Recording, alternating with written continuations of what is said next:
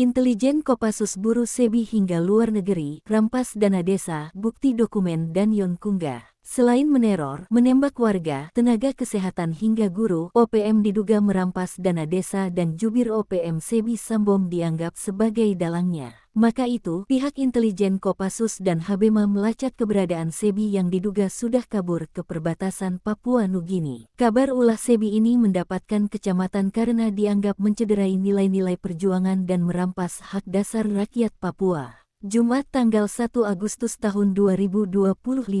Tokoh masyarakat Papua dari Kabupaten Lanijaya, Yunus Wonda jika benar Sebi Sambom merampas dana desa, itu merampas hak rakyat. Artinya dia sama saja dengan preman, bukan pejuang. Itu dana untuk membangun kampung, bukan untuk menghidupi kelompok bersenjata di hutan atau tokohnya di luar negeri, ujarnya, Jumat tanggal 1 Agustus tahun 2025.